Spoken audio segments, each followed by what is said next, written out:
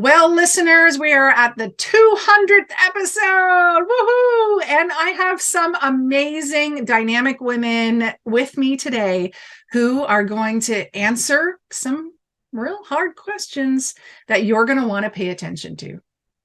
Hello, lovely dynamic women. Welcome to the Dynamic Women Podcast. I am Diane Rolston, your host. And today it's the 200th episode. So I have listeners from all over the place answering some top questions. So hello, everyone. Hello. Hi. Hey. Hello. You know, my team asked me, Diane, or told me, your 200th episode is coming up. What are we doing for it? And I said, good question. I'll get back to you on that. And then I thought, what do I love the most? It is being with my community, my people. And so today I have how many? 2, 4, 6, 8, 10 ladies joining me in our virtual space. And I've got 6 questions that I'm going to be asking that these ladies are going to be so kind as to share their thoughts on it, their opinions. And as listeners, if you have answers to these as well, I encourage you to drop a comment and let us know how you would answer these different questions. So I'm going to start off with the question of, in your opinion, ladies, what are some key qualities that make a woman dynamic? And how can we cultivate these qualities in ourselves and others? So you can do both parts. You can do one part. I'm going to start off by bringing in Kathy Fester. I'm going to spotlight you, spotlight me. And what do you think? What makes a woman dynamic? Well, thank you for having me today, Diane. This is You're great. welcome. You know, I'm one of your biggest fans. So, And for that, I am appreciative. Very much so. I think a dynamic woman really is someone that is a lifelong learner, someone that is a risk taker, but is also understanding that you're free to be vulnerable around like-minded women. And I learned that from you. You were my first networking group I ever went to. And I was never surrounded by a bunch of women before, ever. I work with a lot of men, always worked with a lot of men, do very well with a lot of men. But women didn't understand. But now I understand women on a whole other level. And it's that connectivity, that connective piece that is so powerful. And I think by this and understanding that we're not in this alone, and understanding that we can go to one another as dynamic women to support one another, whether in anything in life, Yeah. Awesome. I loved your piece around risk taker. What I'm going to do is I'm going to jump over to Linda, and then to Paula, and then I'm going to come back to you and I'm going to ask, because the second piece of the question was like, how do we do that? How do we cultivate these qualities? And cultivating being a risk taker, I'd say, is maybe not the easiest or most intuitive thing. So I'm going to come back to you on that, give you a moment to think of what you want to answer. And I'm going to go to Linda Lederman now. What are your thoughts on what qualities dynamic women have? I think to be a dynamic woman, you need to have confidence. And I agree with Kathy that you have to be a lifelong learner, because you have to be confident enough to know you don't know everything. And in this day and age, technology is changing, rules are changing, and you have to stay abreast of it and not feel like you have to get swallowed up by it at the same time. So a dynamic leader, a dynamic woman is someone who's confident enough to know what she knows and confident enough to know what she needs to learn. And she's willing to invite people to join her on that journey. It's a leadership quality, because nobody can do it all on their own. So if you can do it with intelligence and with humor and with humanity, you will be a dynamic leader and a dynamic woman. Yeah. And I love that you've brought up this point, because so often I see A-type successful women leaders who are trying to do it all themselves, and they get burnt out, and they think if I ask for help, I show weakness. And I would love to see a world where all leaders, but really more female leaders, and female leaders that are bringing on a team. That's the smart thing to do. So yeah, thanks for bringing that back to the forefront, because that's so needed in this world. So listen up, people, right? Lyndon's got it right. Let's bring in Paula here. Yeah, And just oh, yeah, thank you, Diane. Sorry. Just to leapfrog both off of what Linda said and Kathy said, you know, it is embracing those aspects that are uniquely feminine, uniquely a female, but also that we are a dynamic woman is uniquely herself and is not afraid to be that person. And you know, with the confidence piece and the shining and of the self and be entering into any sort of involvement in something, but bringing forward also the care, the compassion, and all of the communication piece. You know, we females that are dynamic are not men. We don't need to be like men. We are uniquely female. And then and I think that's what, when we embrace that, that's exactly what is dynamic, and we continue to grow. So. yeah, and I actually had to bring in more of the feminine side, because I have two older brothers and I played sports my whole life. And so I had to hold my own and be a little bit like that women aren't tough, but I needed to really embrace those more masculine sides. But boy, am I like vulnerable at heart. And that's actually been my superpower. And so those who have been in the dynamic power program, we talk about that sweet spot. And so if a woman can be herself, but then know like, what's the quality I need to turn up? And then what's the quality I need to turn down? And so I needed to turn down kind of having it all together and being like really good at a lot of stuff. I had to turn that down and turn up the vulnerability and the feminine side. And when I'm in those two together, watch out world. So I love that you said to be ourselves. And I'm going to add one word. And I can see that I feel like you'd agree based on the work we've done together. Unapologetically yourself, right? No matter your age or your ability or your quirks, unapologetically yourself. Thank you so much for that, Paula. It's funny too, because I heard you saying a lot of the different qualities. I forgot like the 9 pillars of being a dynamic woman, right? I did a program on it. I have a book on it. So any of you who have a book on it or have the program, like go and review. These ladies are adding in different, maybe new pillars that I'm going to have to add in the future. Let's go back to Kathy, because listeners, I'm guessing you're hanging on there. How do we become a risk taker? So we'll get Kathy to do this, and then we're gonna jump to the next question. So how do you be a risk taker, Kathy? Yeah, how to be a risk taker is trusting yourself and listening. I think it's trusting yourself and listening to yourself, your intuition, and listening to other people. And that's something Melinda sort of touched on a little bit. I think we as women are better listeners than men. No offense, men, but we are better listeners, but really listening and being in that female way. And what do we do best as females? We celebrate one another. And sometimes we get caught up in that world of maleness, if I could say that word. Am I allowed to say that word? Maleness.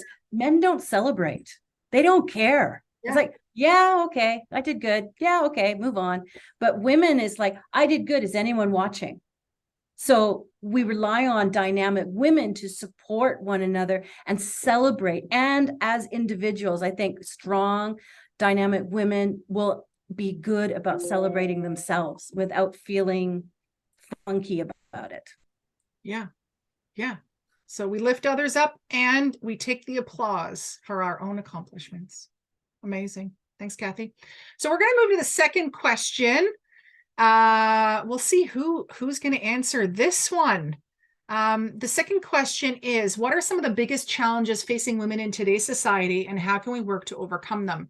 And I just want to say, for any men out there that are listening to this, we love you.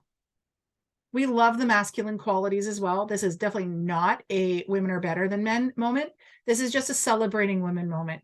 And so we're going to jump over to Monica Diane and have her answer here. And also know that if you are a male listening to this, you are going to be able to pick up a lot of really great qualities from what this community has to say. So go ahead, Monica. Well, this is actually a question I think kind of bounces off the first question. In my opinion, I think the biggest challenge that women are facing right now is knowing who they are. I think so many women are feeling like, is it okay if I just want to stay home and be a housewife? Yes. Is it okay if I just want to go out and be a career woman? Is it okay if I want to do it all? Right? Because we're being told left, right, and center, especially if you're on social media, how we're supposed to be, how we're supposed to look, how we're supposed to act, what we're supposed to be doing with our lives. And it never seems to be enough. You're never fit enough. You're never successful enough. You're never young enough. You're just never enough. So I think personally, from what I see, that is one of the biggest challenges that women face. And then how do we work to overcome it?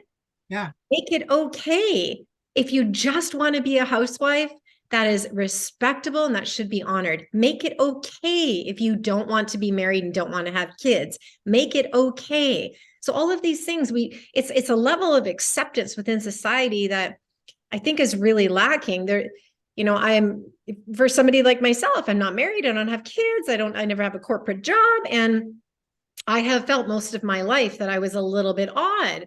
I stuck out and I definitely got the questions posed at me. And I see that so much with women.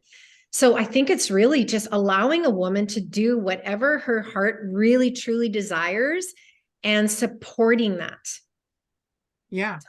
Yeah.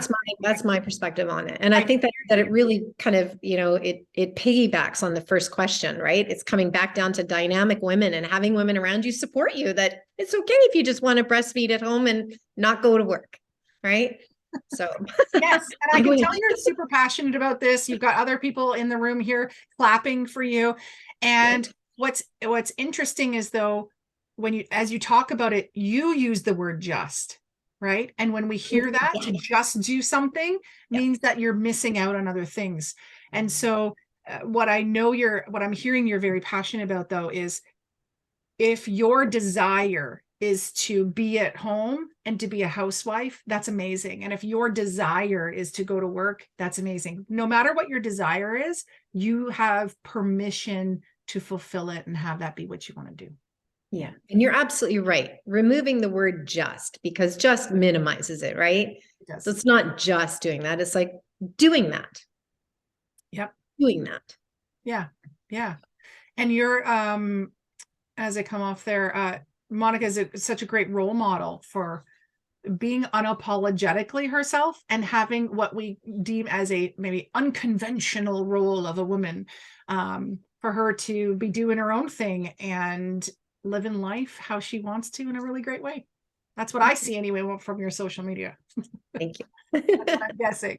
Okay, Fatima Sumar, let's get you in here. You let us know. Biggest challenges facing women. Well, it sort of comes back to the first point, where we're now having to live in our masculine energy a lot more than we used to. Because we're wearing so many hats. We're wearing, the mom, the daughter, the sister, the granddaughter, the aunt, the cousin. And then of course we've got all the business hats that we're wearing, whether it is the CEO, the CFO, the marketing advisor, the blogger, you name it. We've got all these different hats that we've also forgotten who we are. So sort of what Monica has also mentioned is that we've forgotten who we are and what matters to us. So then it comes down to the whole, are we being selfish over, providing self-love? And that's something that we have lost quite a bit in the masculine world. Is we've become more masculine. And how do we overcome that? Is it's okay to take that time for ourselves, whether it is that 2 minutes breathing break, just to refresh and to ground yourself, or to go out and color, or if you want to be swimming or writing or whatever it is that you desire, your passion, put that first and make that a priority. It's okay to put yourself as a priority, as opposed to wearing all these hats and then having that, burnout at the end. Yeah. And how long has it been? 10, 11 years ago when I started in my coaching business. And I did this training on what I think what you're talking about is like the superwoman syndrome, where you have to be all these different things to all these different people. And what I've noticed over the years is we've moved away from that into being a superhero. Meaning, not only do we have to be everything to everyone in every area of life, but now we also have to save everyone in every area of life while also doing everything the best we can in every area of life, because God forbid we don't do it, we're going to get judged, right? So it's interesting. I really wanted to say that we've moved away from being super women, but we haven't. We've moved into that superhero role. And yes, self-care is big and people think it's selfish, but being full of self, full of what you need. And what I've seen in people is really tapping into that soul piece. If it's your spiritual side, for me, it's my faith, my religion, being a Christian, that's really filled me up. It's also, though, building out my team, which is kind of what we've talked on a little bit before, not doing it all yourself. Right. Yeah. So I have no shame that I have a VA team, that I have, people helping me in different areas of life. Zero shame. So thank you for sharing that, Fatima. You brought out a bunch of good points that we really need to be thinking about. So listeners, I'm going to encourage you at this moment, write something down where you're going to take care of yourself. Okay. Something you're going to do for yourself to give you back the energy that you need. Let's go to Linda with our last comments on this question before we move to the next one. Sure. One of the challenges that I see most women having, and it's kind of a combination of what everybody's saying, but in addition to your family challenges and your career challenges, we're the caregivers for our older parents, as well as our younger children, as well as ourselves, as well as our spouse. And that's a whole different burden that you really don't see men take on. They may help out, they may help out in the house, or they may do a carpool and think they're being the best parent in the world. But it doesn't work that way. And as much as we try to share the burden, if we're willing to share the burden, because not all of us have that ability to shed those responsibilities. Yeah. They're still yours, and they still fall on the woman. So as you're trying to make your way in your career, as you're trying to make your personal happiness and your family happiness, you have all these other dynamics that are on you. And so that is a challenge that you have to learn how to balance. You have to prioritize some things, but I think it really comes down to balancing and setting boundaries sometimes. Yes, agreed. And it's funny, I go away, a few times a year minimum for business. And the question I often would get is, oh, but what about your husband? How is he going to be able to take care of the kids? Is he going to be okay? And I was like, he is their father. And then even the other day, my mom said to me, when you leave, do you make meals and do that? And I was like, not anymore. Because I used to do all the meals and all the laundry and stock the fridge and make sure everything was good. And that's even when I would take the kids away. And then he wouldn't do it for me. And this is not a tit for tat. You don't do it for me, I don't do it for you. But I thought, why do I need to? Kind of one of the greatest things that he's taught me is to be selfish. And not only that, but by you taking that responsibility from your husband, you're not teaching your kids that they need to be independent and self-sufficient. Yep. So if he fails, it's only food. They're not going to starve. And maybe they can laugh about it and say it was a fun time. And, oh, remember what daddy made. You don't have to succeed to have fun or to be successful. Yes, true. Thank you. Thanks, Linda. And so I encourage us in society to stop saying things like that, to oh, congratulations to you that you took care of the kids for a week, and to shame women for going away. Sometimes I'll just go to Whistler for a night and be there for 2 days and one night, no reason, just to take care of myself. And people say, oh, I could never. Oh, how are you able to do that? I told my husband I'm going. Made sure the kids were set up, like if they needed to be picked up, a job that maybe I do. And then I went. It wasn't that hard, right? So thank you all. I'm sure we could say a lot more on this topic, but let's jump to, we've had 200 episodes. I'd say 140 were me. solo episodes. And then we had a whole bunch of amazing dynamic women guest episodes. So if you're a listener and you haven't listened to all of them, I encourage you to go. And some of the women that are here today actually have been on the shows. So I encourage you to listen to them all. But my question now is, what have been some of your favorite solo episodes? Monica, Diane, jump in. Let us know. Favorite solo episode? It was actually one of your most recent ones. It was episode 195. And it was, I'm just going to get the wording here. You don't need to prove yourself. And I loved it because I think as dynamic women, we're always like, well, if I just get that one certification more, if I just get, it's like validation. We feel we need the validation with all of the letters behind our names or the courses and stuff. And what I loved about it is you said, no, you just said no. We're just going to keep going, right? Like you don't need to be validated. So I think that I love that episode. It was really, really, really good. Good. Well, thank you. It spoke to you. I appreciate that.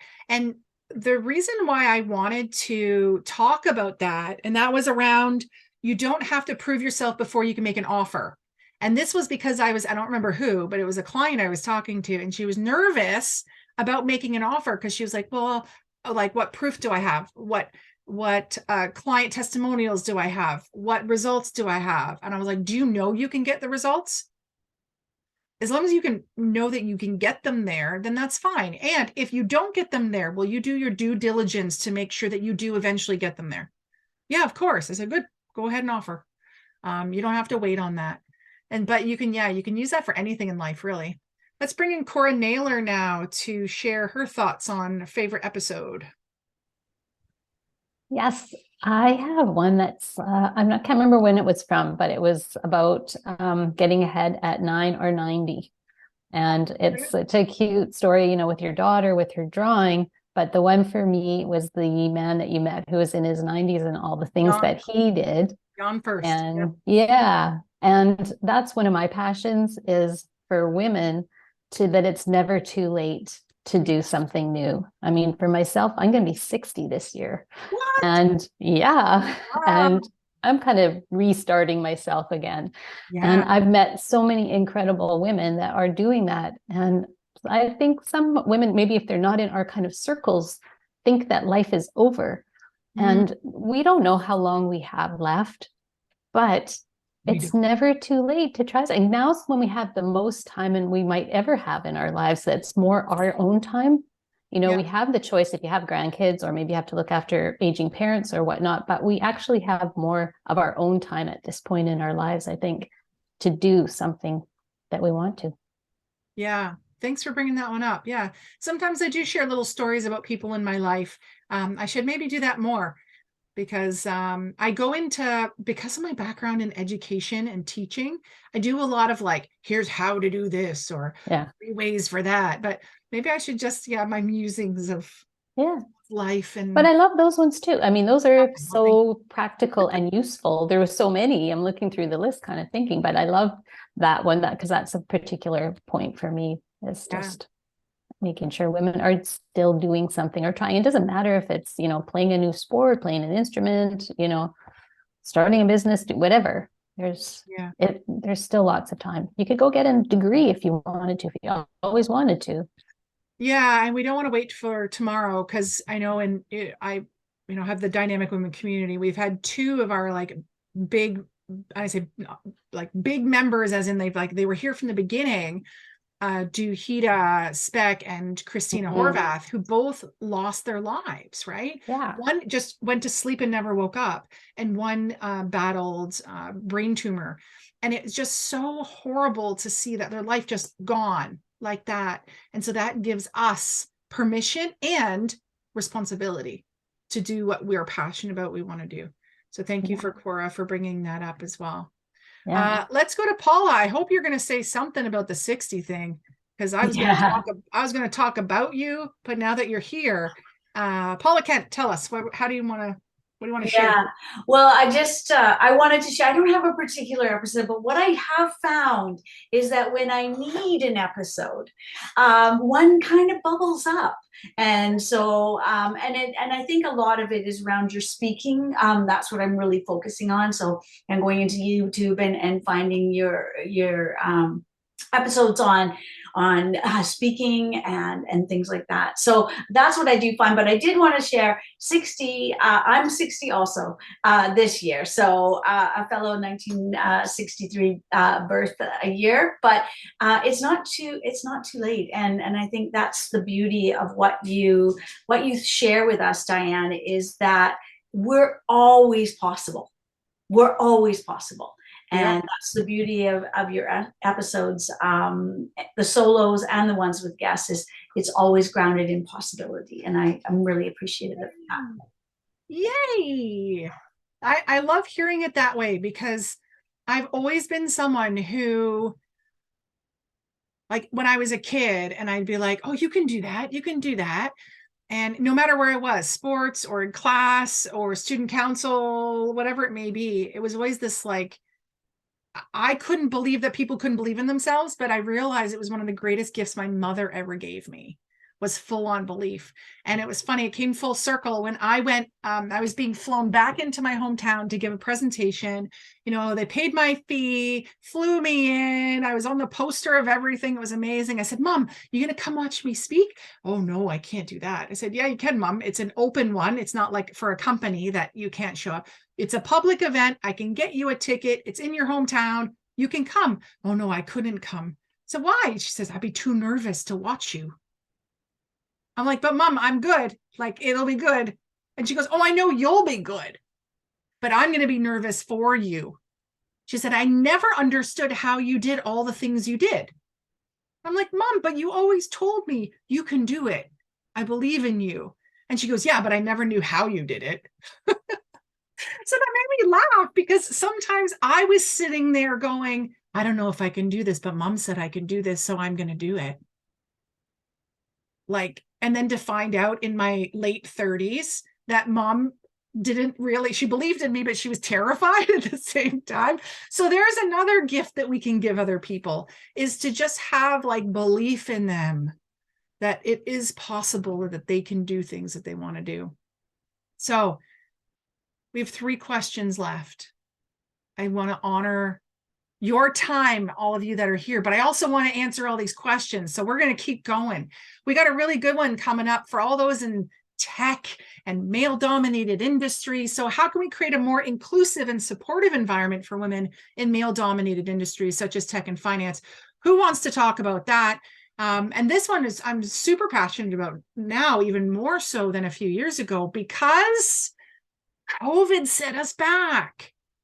Because when we looked at like who was going to stay home with the kids when they weren't at school, it was usually the woman, right? Because she either knew that stuff, or she was maybe making a little bit less because her career had been stunted. So we'll go to Fatima, and then we got a couple other ladies that want to do this, I know. Okay, I don't know, tell us. So yes, tech is kind of one of those big things. We can't live without it. We can't live with it, and we can't live without it. When it works, it works. When it doesn't, it doesn't. But you know, being someone who's actually exiting out of the tech industry, I used to be in the whole social media consulting industry. Yep. And one of the things that I would say is, a lot of times we get nervous because there's a new app, or there's a new software, and oftentimes we're very scared to try and touch things because it may go haywire. But the one thing I can guarantee is, push those buttons and just try to see where it's going to take you. It's not going to mess things up. And just knowing that you can push things without actually having to destroy anything will actually give you a sense of peace. And if it doesn't work, just unplug it and just replug it in. And you know, that in itself, that was one of the running joke that we always had. If it doesn't work, power off and you're good to go. There we go. Yeah, and especially because a lot of the listeners are small business owners. And so there's so much tech happening all the time, and giving us permission to just like give it a go. If it doesn't work, try again, restart it. And know that like someone in your community is going to be able to help you probably, right? And then ask for help. That's Yeah. okay. Susan Cumberland, let's get you on board with this. Okay, I can really relate to this one because I was in the teaching industry, which is mostly female. But 13 years ago, I franchised my business, which is mostly a male-dominated kind of industry. And so Yeah. I'm dealing with men. I'm very much a female for sure. I know I am. I have groups of females that I always get together with. I have my UBC group. I have my high school friends. I have a group that I walk with. I have a Sunday group of female friends. I just like being around females. Yeah. They're so supportive. And now I'm dealing with men in business. So I've read the books, Men Are from Mars, Women Are from Venus, and Deborah Tannen's book, You Just Don't Understand, great books, because men and women are completely different animals, and it has helped me in my marriage, these books. You got to understand their conversation style and just their communication style, because my husband always wants to fix things, and I find men do in business too, and all sorts of different things. And I don't with men, I don't talk about my feelings as I do with women. I don't show my vulnerability as much because I feel it's considered a weakness with men. So I just give facts and I'm logical when I'm with men. I don't know if that's the right answer, but that's Well, that's the my question observation. was around how can we create a more inclusive and supportive environment for women in male-dominated industries. And so what I'm hearing from you is for like you as an individual to go and like learn how to be able to work in those environments better. But I also would love that people don't have to change themselves. Now, granted, no matter where I am, being who I am, I will change myself. Right. When I'm with my church friends, I may be one way. When I'm with soccer friends, I'm one way. Not that I'm a different person. I can just show up in a way that makes more sense, or even show up more, right? I can be more sporty over here. In my stand-up comedy class, I was like really funny because that's the place for it. I, maybe don't want to pull the jokes when I'm emceeing at the women's church event. Pull out the same jokes, right? So I can be different things. And so I think what you're saying is to pull out the qualities of yourself that would fit and help you to move forward a little bit more. Yeah. Yeah, I think so. Yeah. Good. Thanks, Susan. And a couple of good book suggestions there. We're always up for like being able to learn from what is already out there from really great authors. Linda Hunt, what do you got to say in this? You're in politics. You are in printmaking, printing products. Like, what do you think about how do we encourage women really to get more into politics? Sorry about that. So talk about a male-dominated industry, politics. Yeah. So I was, yes, I was just elected to our local city council in October of this year. And prior to that, there was only one woman, one woman and 11 men on our city council. So very proud that this past election, now we have 3 women. 3 women and 8 men, so we tripled our numbers, which was good. But really being able to, I really look at things like the skilled trades. There are such shortages in some of these male-dominated industries. That I think that it starts back as far as high school and young women understanding that those kinds of trades, so whether it be the skilled trades, you want to be a welder, you want to be an electrician, you want to be a whatever, that those are not male only Yes, true. Industries. So really supporting getting young women involved in those kinds of things. I'm very proud. My daughter, her best friend, is an electrician, and when she was coming out of high school, and was looking at what she wanted to do, she said herself, like, going through post-secondary education in that field, there was like, a token one or two women in most of her classes. So this is so really, when we create an inclusive and supportive environment, I think it starts when women are young, and getting, taking away that, I don't want to call it a stigma, but for lack of a better word, that, or gender specific roles. yes, that you don't need to fit into a box. So you don't need to pursue, it's quite all right to go ahead and pursue something that's considered to be a male dominated field. And as I said, I belong to a couple of groups now that are very kind of supportive of how do we get more women involved in politics?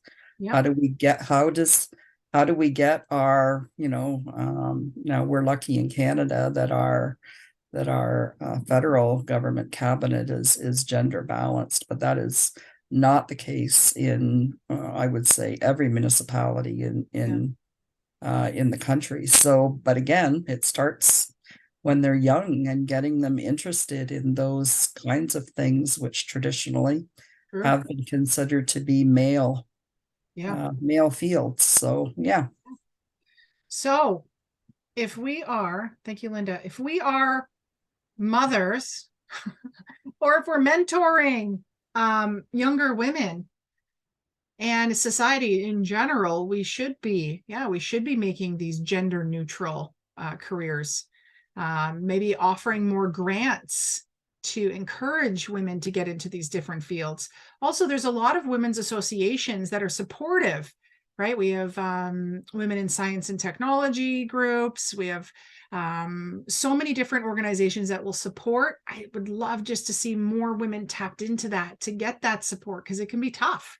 And if I can say also, Linda, you are a role model as a woman in politics, but also as another minority, right? You're in a wheelchair. And so you have a visible disability, which also gives as a role model to others, because we will only go towards a lot of times the things that we can see ourselves in. So the fact that you're doing that is incredible. And I hope that will make some changes, not just in my hometown of Brantford, but in Ontario, as you continue to do your work on creating more accessibility in businesses and companies. So we are getting into our last couple of questions here. I couldn't have this episode without talking about leadership. So I want to know, how can we encourage more women to pursue leadership roles in their careers and communities? And what can we do to support them in these endeavors? We talked a little bit about it in the last question, but I think leadership in general, right? Until we have an equal amount of women in leadership roles, we need to keep talking about this. So we'll go with you, Fatima, first. Let us know. We'll keep these ones a bit shorter so that we can get to our last question as well. So as it comes back to our earlier points where, we've got all these different hats that we're wearing, and just to be a leader in itself is actually very rewarding. And leaders come in very many different shapes, forms, and sizes.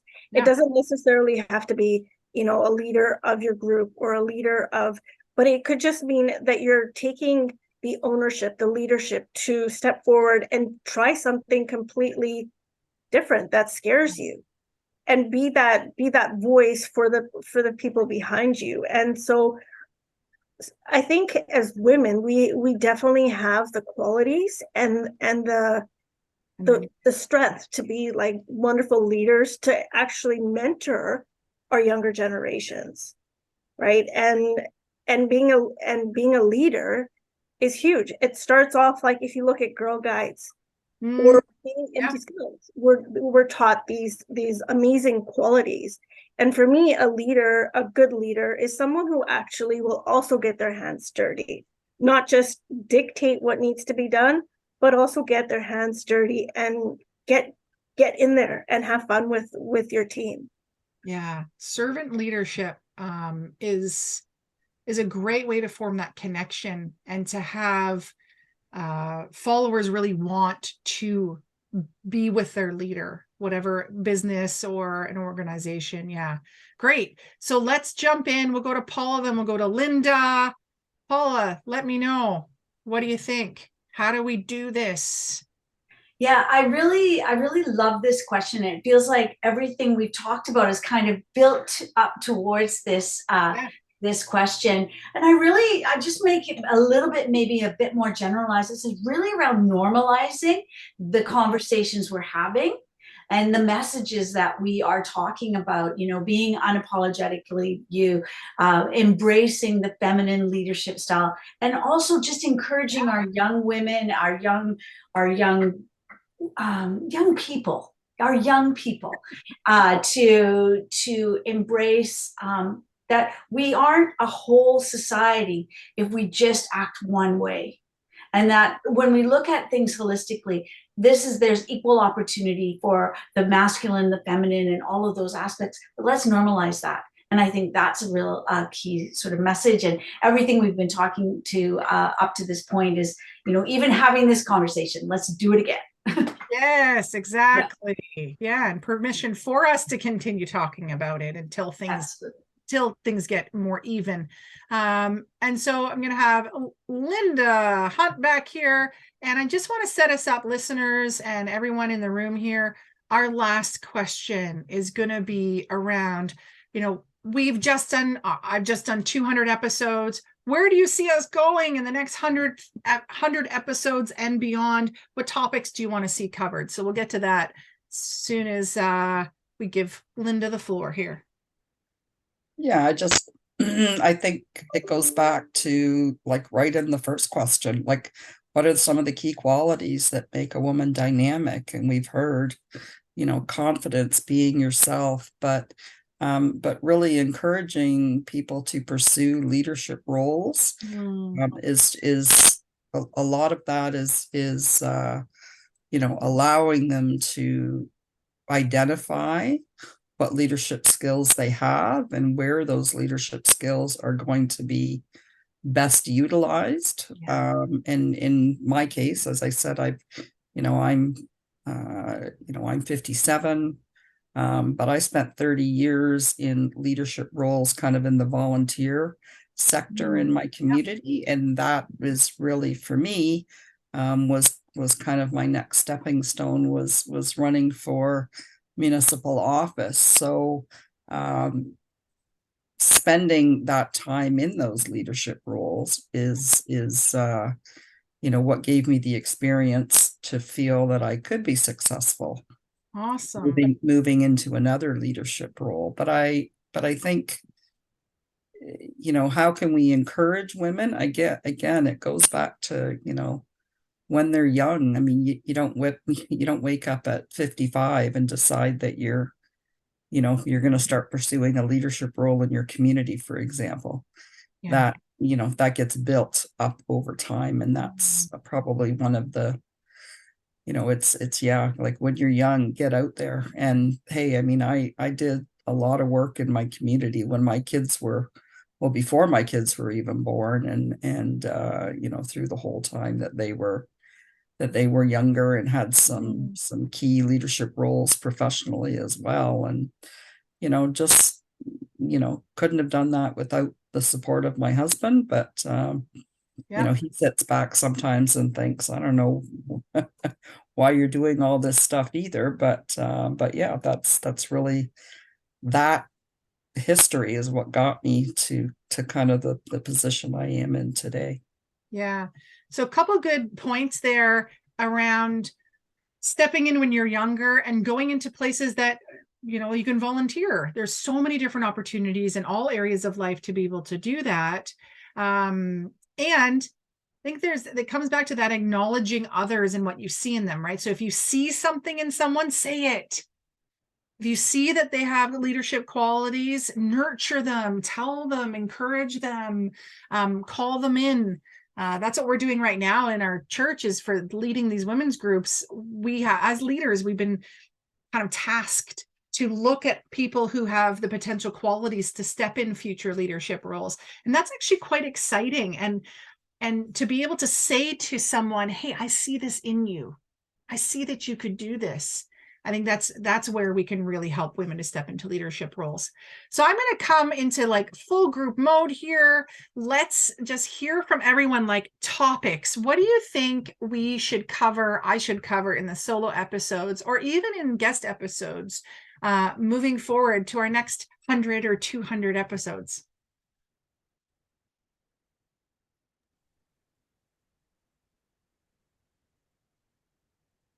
I have an idea. Go ahead, I, Susan. yeah, I find conflict difficult. I avoid it, and it doesn't help me in business, right? There is always going to be conflict. So some techniques on how to deal with it would be something I'd like to see or hear from other people. Yes, good. Yeah, I'll think about that. My quick answer, just for you to be thinking, and anyone who has Dynamic You, the book or program, go back to the collaboration pillar and to be thinking about designing relationships in advance. So when things get tough, you already kind of know what to say, and you can refer back to how you design the relationship, or you get to redesign. So that's my quick answer, but that is such a great topic. And guess who also has a hard time with conflict? Me. And that became that came from my parents being British, and my mom was mad and she gave me the silent treatment. So I never knew how to verbally debate or fight with someone. I would just cry. So yeah, well, that's a good topic. Let's see. Oh, you can unmute. Go ahead. You guys so sort of to go with relationships is how to build a stronger relationship with yourself, to love yourself. Because that actually, we don't realize it. If we don't have that inner love for ourselves, we can't provide for A, B, C. We can't provide for the roles that we have. So how do we take care of ourselves and actually nourish our bodies as well as our families?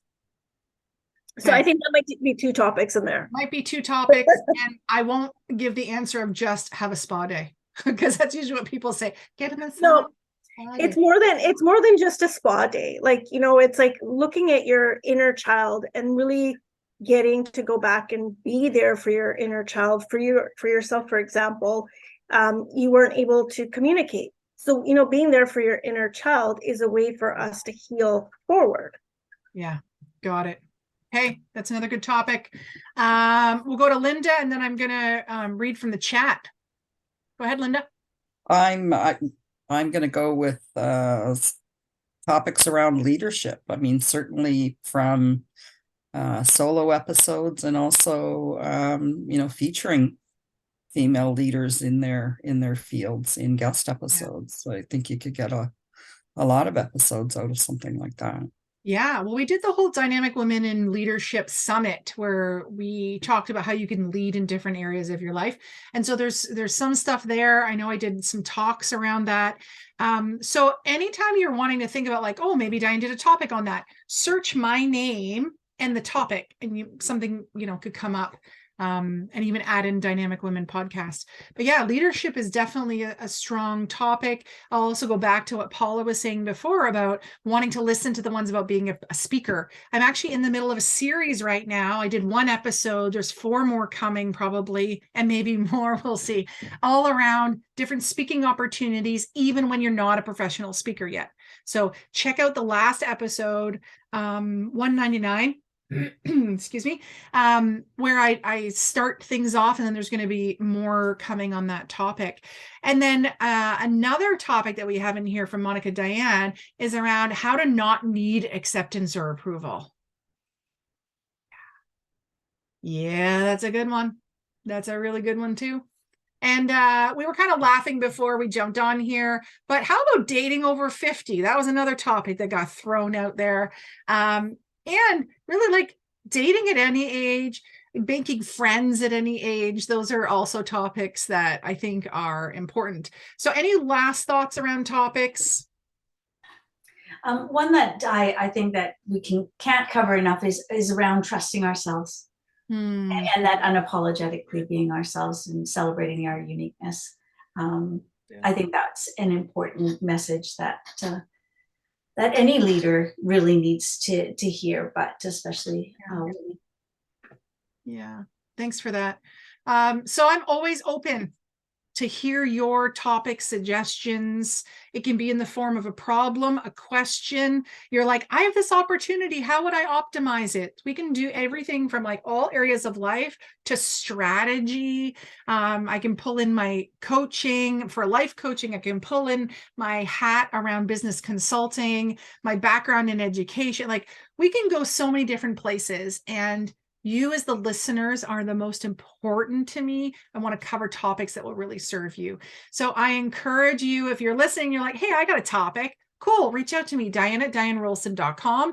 If you have a guest suggestion, also reach out to me, share with me their website, or if it's you, tell me what topic you'd like to speak on and share your website. And then my team and I can review it. Actually, even better, if you have a speaker suggestion, send it to my team@DianeRolston.com. And Christine, that's Christine with a K. She'll review and we'll talk about it and see if they'll be a good fit as a guest. A couple of things we have coming up, if you haven't seen yet, April 21st and 22nd is the Dynamic Women Summit, where I'm going to be interviewing a whole bunch of incredible women. Some of them are here today with us. And so I'm excited I won't announce everybody. I'll let you see all that coming up, but some of them are on this episode today. And so if you want to hear more from them, I encourage you to check out the Dynamic Women Summit when that happens. Well, a big love and thank you to all of you joining me live today for this recording of the 200th episode. It's been such a joy to hear from you, to share your voice with my community as well. And we're also coming up to our 4th year. So there'll be a special 4th year episode where I'm going to take questions and answer them myself. Maybe have someone even interview me. We'll see. But that's kind of coming up on the slate. So if you haven't already, to those of you listening, please join the free Dynamic Women online Facebook community. And there's also a lot of resources. If you check into the show notes, you'll see those as well. And so everyone, until next time, stay dynamic. Bye.